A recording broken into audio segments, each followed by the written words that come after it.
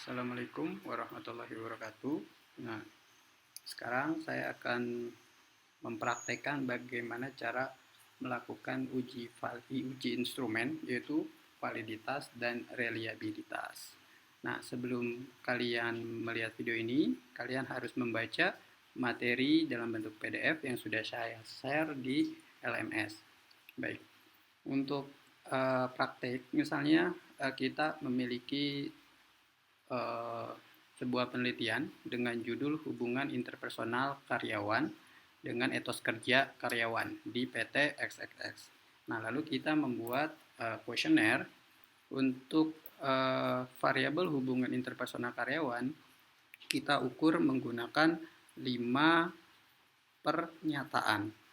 Nah, di sini ukurannya dengan menggunakan skala Likert dari sangat setuju sampai sangat tidak setuju. Nah, untuk etos kerja kita juga membuat 5 pernyataan ya dengan tipe jawaban yang sama, yaitu dari sangat setuju ataupun dari sangat tidak setuju sampai sangat setuju. Nah, apa itu uji instrumen? Uji instrumen itu kita ingin melakukan apakah instrumen yang kita buat itu sudah sesuai dengan apa yang kita maksud.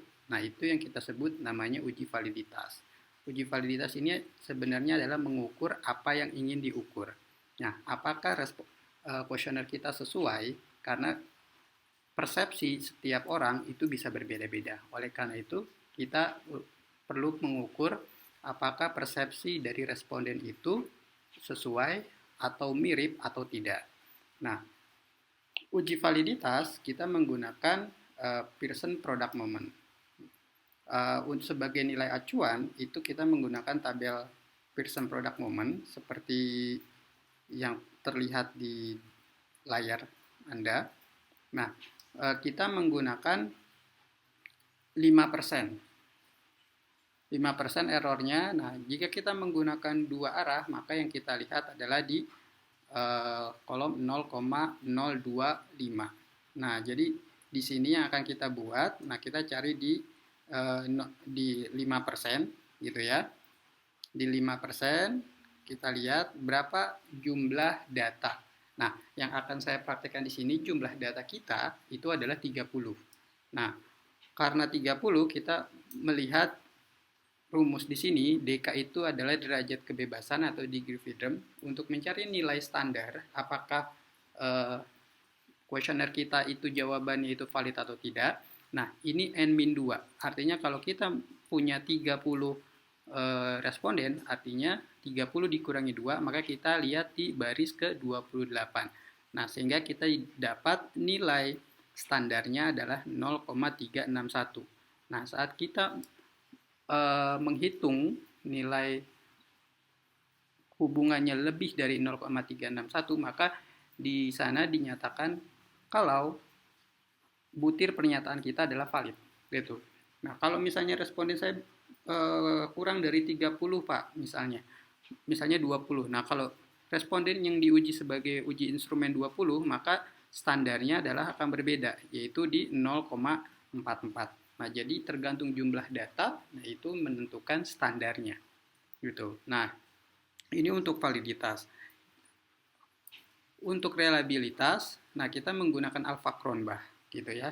Nah, ini adalah keterangannya yang bagus itu atau minimal yang dapat diterima untuk nilai Alpha Cronbachnya itu lebih besar dari 0,7. Nah, sedangkan 0,6 itu dipertanyakan dan di bawah 0,5 itu tidak dapat diterima. Baik, kita akan langsung praktik bagaimana cara menguji validitas dengan menggunakan Excel. Lalu setelah Excel, kita akan coba menguji validitas dan reliabilitas dengan menggunakan software SPSS. Nah, kita menyebarkan ke 30 responden gitu ya. Nah, sehingga ini didapat jawaban seperti ini. Nah, angka 3 di sini ini dilihat dari yang tadi. Jadi kita menggunakan angka. Jadi kita kuantifikasikan STS itu menjadi 1, TS menjadi 2, R menjadi 3, S menjadi 4, dan sangat SS atau sangat setuju menjadi 5. Artinya semakin besar nilainya semakin setuju terhadap pernyataan yang kita ajukan. Nah, jawabannya kita rubah semua ke dalam angka. Nah, di sini ada jawabannya.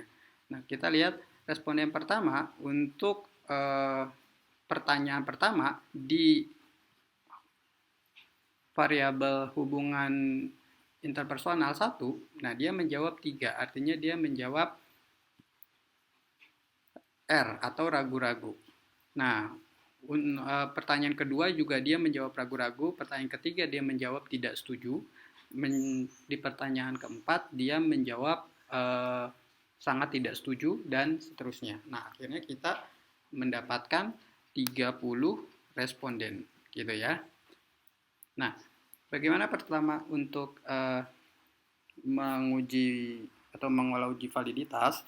Yang pertama, kita harus buat penjumlahan dulu, karena validitas itu adalah untuk mencari hubungan atau korelasi antar butir pertanyaan terhadap total pertanyaannya, gitu ya. Nah, misalnya kita buat di sini pakai namanya sum. Sum itu penjumlahan. Nah, sum apa? Nah, karena kita pakai hubungan interpersonal kita coding jadi HI, jadi kita pakai sum HI. Nah, di sini kita jumlahkan hanya butir yang HI, karena dia mengukur hal yang sama, yaitu hubungan interpersonal. Nah, ini adalah penjumlahannya. Nah, setelah kita melakukan penjumlahan sum HI, lalu kita melakukan penjumlahan etos kerja. Sum EK. Kita samakan juga di jawaban etos kerja. Nah, kita sudah dapat penjumlahannya. Nah, selanjutnya adalah kita mencari nilai Pearson-nya.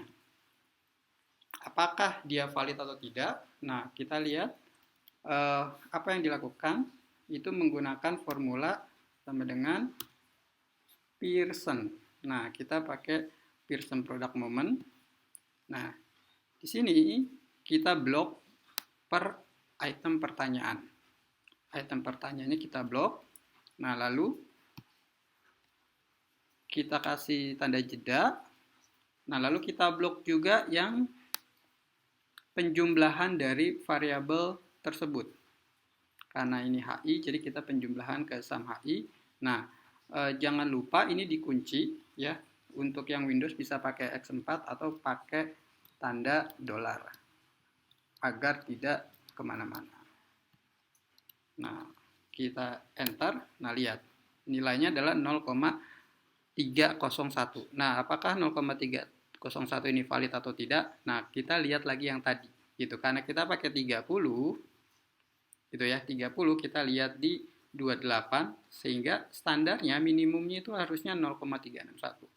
Nah, jadi yang ini tidak valid gitu ya. Nah, lalu ini kita tarik untuk mencari nilai yang lain. Kita tarik sampai di HI 5. Nah, kita lihat yang lain 0,6, 0,38 dan seterusnya. Nah, cara yang sama kita untuk EK. Kita pakai Pearson. Kita blok, kita kasih tanda jeda, dan kita blok juga penjumlahan dari variabelnya. Nah, ini jangan lupa dikasih dolar. Nah, lalu enter. Nah, lalu kita tarik. Nah, kita akan dapat. Nah, gimana caranya? Tadi kita sudah dapat nilai standarnya untuk 30 adalah 0,361. Ya, ini adalah nilai standarnya. Oke. Nah, di sini kita jadikan nilai standar. Nah, di sini valid atau tidak, kalian bisa lihat, kita cek pakai formula if gitu ya. Nah, if nilai hitung lebih besar dari nilai standar atau nilai tabel, maka nilainya adalah kita sebut valid. Nah, kalau tidak, nah maka kita tulis tidak valid. Artinya tidak ini kalau dia kurang dari 0,361. Nah, lihat di sini tidak valid. Nah, kita cari yang lain. Nah, semuanya valid, gitu ya. Nah, ternyata hanya ada satu yang tidak valid, gitu. Nah, ini cara artinya apa? Satu atau butir pertanyaan yang ini, setiap karyawan mampu menjaga kerukunan antar sesama karyawan. Nah, ini dia dipersepsikan berbeda-beda oleh responden, gitu ya. Oke, nah ini pengerjaan uji validitas menggunakan Excel. Nah, untuk reliabilitas kita langsung ke SPSS. Saya akan mencontohkan bagaimana cara menguji di SPSS ya. Oke, nah kita lihat di sini. Nah, caranya buka SPSS Anda, lalu file, nah lalu import data Excel. Oke, nah lalu kalian cari tadi di mana filenya taruh di mana. Misalnya di desktop gitu ya. Nah, di sini ada, kalian open. Oke, nah di sini terlihat. Oke.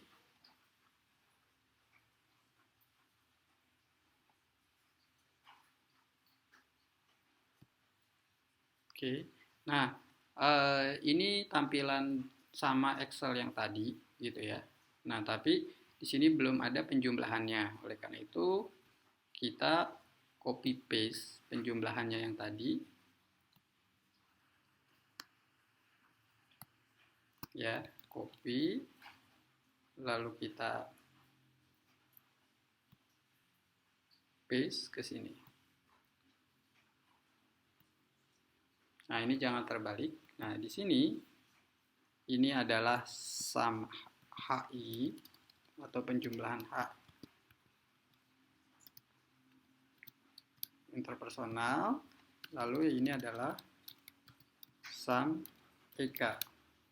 Nah, lalu lihat di sini masih berupa angka, gitu ya. Nah, kalau untuk deskriptif kalian bisa mengkodingnya. Jadi kalau tadi angka 1 sama dengan sangat tidak setuju atau STS, angka 2 sama dengan tidak setuju, angka 3 ragu-ragu, angka 4 tadi setuju, dan angka 5 itu sangat setuju. Nah, kalian bisa coding di sini, kalian copy, kalian paste. Nah, lalu di sini akan terlihat, di sini bentukannya akan berubah, gitu ya. Jadi yang angka 3 jadi berubah jadi R, angka 4 berubah jadi S, dan seterusnya. Oke. Nah, di sini jangan lupa kalian ingat skala pengukuran di materi sebelumnya. Karena ini Likert, jadi kita rubah ke dalam bentuk ordinal, gitu ya. Bukan nominal. Nah, ordinal di sini kalian copy, kalian paste, gitu. Nah, kecuali yang ini karena ini penjumlahan, gitu ya. Jadi kita pakai scale, gitu. Nah, bagaimana cara uji validitas dengan SPSS? Caranya sudah ada di materi. Kalian klik analyze, kalian correlate. Nah, di sini bivariate. Nah, lalu kalian masukkan yang akan diuji. dimasukkan HI 1 sampai 5. Nah, jangan lupa karena yang kita lihat adalah hubungan dengan totalnya. Jadi total dari HI ini juga kita masukkan. Nah, di sini adalah tipe korelasinya ada Pearson, Kendall-Tau, Spearman. Nah, kalian pilih Pearson. Di sini juga ada test of significance dibuat tetap di two tail atau dua arah gitu ya. Nah, lalu tinggal oke. Nah, lihat ini adalah hasilnya. Nah, untuk di SPSS itu kita lebih mudah. Kenapa? Karena kita sebenarnya tidak perlu mencari nilai standarnya. Nah, bagaimana tahu valid atau tidak? Hanya lihat ada tanda bintang atau tidak. Artinya kalau ada tanda bintang ini sudah pasti nilai korelasinya lebih tinggi dibandingkan nilai tabelnya, gitu ya. Nah, lihat di sini 0,301. Nah, tadi standarnya adalah 0,36 gitu ya. Nah, sehingga ini tidak ada bintang. Artinya apa? Di sini tidak valid. Sama hasilnya dengan yang di Excel tadi. Nah, lihat di sini 0,639 lebih dari 0,361 ada bintang. Di sini juga ada bintang, ada bintang, ada bintang. Nah, ada bintang 1, ada bintang 2. Artinya kalau bintang 1 dia signifikan pada level 5%, sedangkan bintang 2 ini signifikan pada level 1%, gitu ya. Nah, ini untuk yang hubungan interpersonal. Untuk etos kerja sama, analyze, correlate, bivariate, kalian keluarkan yang HI, masukkan yang EK.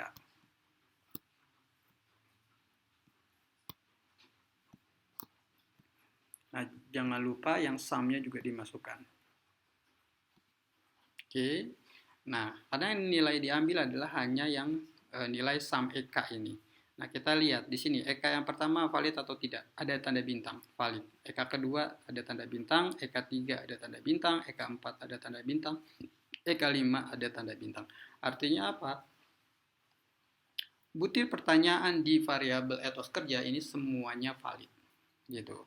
Nah, nilai ini sama dengan nilai yang ada di Excel tadi. Jadi terserah kalian ingin uji validitas menggunakan Excel ataupun dengan SPSS. Nah, selanjutnya kita akan menguji reliabilitas dengan menggunakan Alpha Cronbach. Nah, bagaimana caranya? Analyze, scale, reliability. Kalian klik. Nah, lalu untuk reliabilitas kalian tidak perlu memasukkan sum-nya, jadi hanya variabelnya saja. Jadi kalau misalnya kita ingin mengukur reliabilitas variabel hubungan hubungan interpersonal, maka hanya H1 sampai H5 yang kalian masukkan. Nah, di sini misalnya kalian tambahkan namanya adalah hubungan interpersonal. Kalian oke, klik. Nah, dapat ternyata nilainya adalah 0,235. Nah, lalu yang selanjutnya sama scale reliability, kalian keluarkan yang hubungan interpersonal, masukkan yang etos kerja. Di sini kalian ganti etos kerja. Oke. Nah, di sini 0,72. Nah, kita lihat tadi nilai 0,235 dan 0,720. Kita lihat ke tabel yang tadi. Lihat 0,235 artinya dia secara reliable dia tidak dapat diterima. Artinya jawaban dari responden itu tidak konsisten. Nah, untuk variabel hubungan interpersonal. Nah, 0,72 itu masuk kemana? Di sini. Artinya dia dapat diterima. Nah, sehingga dari dua variabel yang kita pakai, itu yang pertama diketahui ada satu yang tidak valid, gitu ya. Nah, solusi kalau tidak valid mudah, yaitu dihapus, gitu ya. Jadi awalnya kita punya 5 butir, nah karena ada yang tidak valid kita hapus menjadi 4 butir gitu. Nah, yang sulit itu adalah kalau tidak reliable gitu. Nah, kalau tidak reliable solusinya kalian bisa mencoba ke responden yang lain gitu ya. Atau kalian merubah redaksional yang sudah dibuat. Artinya apa? Kemungkinan redaksional ini multitafsir itu dibaca oleh responden kalian gitu. Nah, sehingga disinyalir tidak konsisten. Oke. Nah, jadi angka 0,72 itu masih dapat diterima dan hubungan interpersonal itu masih di bawah 0,50 sehingga pertanyaan yang ini tentang hubungan interpersonal itu harus diganti semuanya gitu atau dicoba ke objek yang lain gitu. Kalau misalnya dicoba ke objek yang lain hasilnya masih sama, berarti memang tidak reliable ini. Nah, lalu kalian perlu mengganti redaksionalnya dengan pernyataan yang lebih familiar dengan maksud yang sama. Ya, demikian praktik untuk uji validitas dan reliabilitas menggunakan Excel dan juga SPSS. Kalian coba dengan data yang ada, apakah hasilnya sama atau tidak. Terima kasih. Wassalamualaikum warahmatullahi wabarakatuh.